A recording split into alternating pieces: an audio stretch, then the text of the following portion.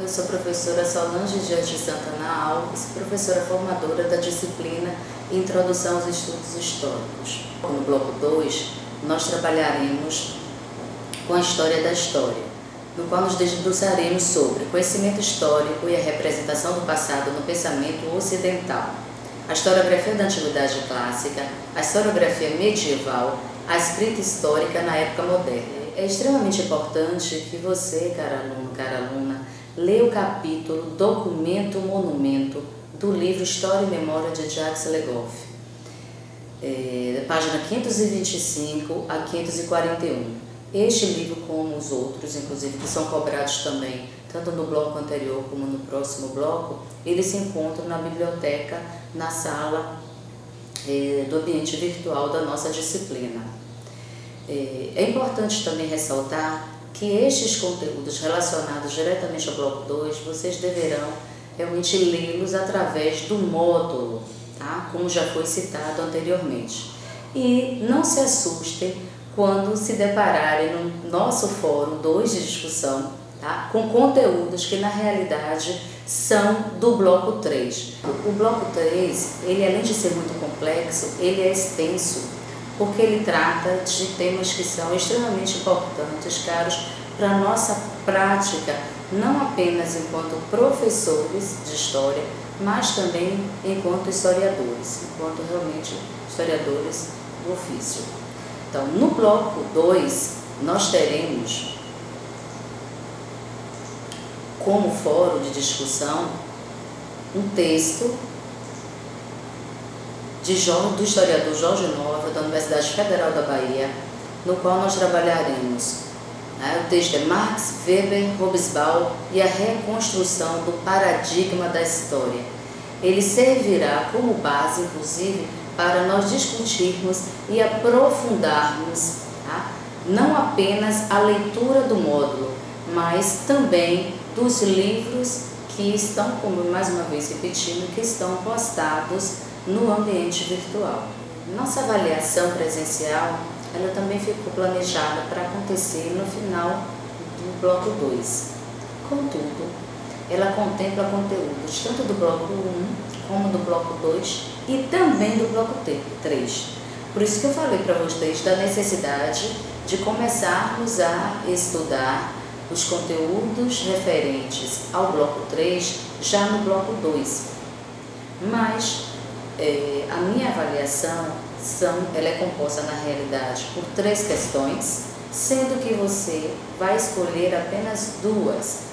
A avaliação é presencial e individual, ou seja, valerá 10 pontos, nas quais você escolherá 2 das 3 questões postadas que você deverá escolher de acordo com a que você tiver mais confiança. Nós postamos para vocês também, vocês inclusive vão encontrar também em forma de slide no ambiente virtual, algumas dicas de estudo, tá? Nessas dicas de estudo vocês vão perceber que é justamente chamando a atenção para vocês de conceitos, né? E também dicas de filmes, dicas de livros, né? Para que vocês possam, dentro dos estudos independentes de vocês, conseguirem conciliar o conteúdo que é dado, que é cobrado, inclusive que é cobrado não apenas no fórum, mas nas atividades do MEI 3 e também na prova presencial, que é individual. Tá?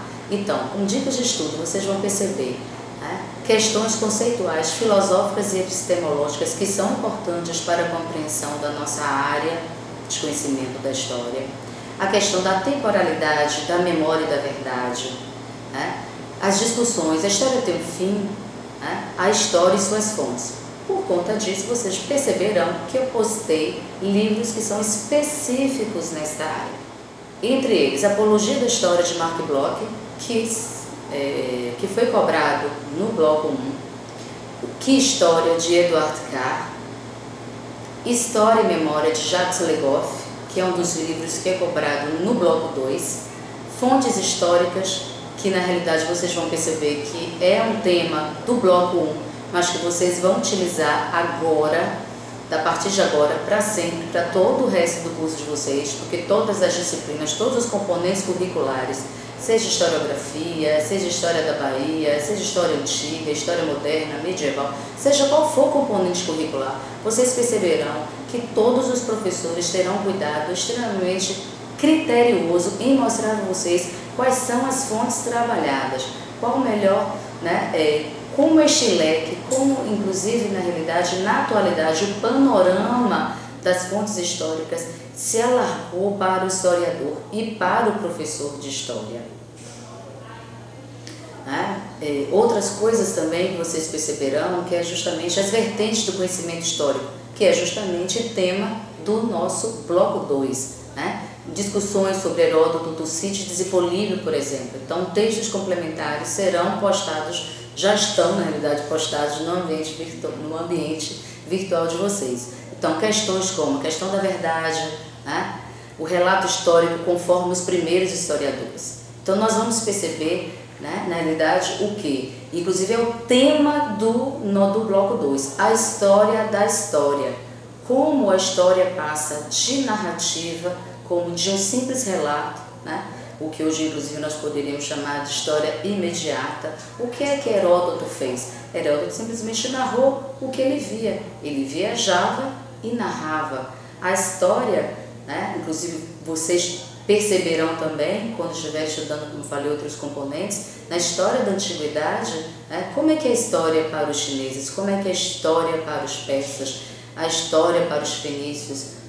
Nós não nos aprofundaremos muito nessa questão, mas vocês precisam ter a ideia de que essas questões teóricas, não apenas conceituais, mas epistemológicas de uma maneira geral, elas também variam de acordo com a civilização a qual nós nos debruçamos. Então, nesse aspecto, a narrativa histórica, que é a história da antiguidade clássica, quando nós chegamos a partir do século XIX e vem a cientificização da história, que é justamente a história querendo se afirmar enquanto ciência, ela tem uma transformação.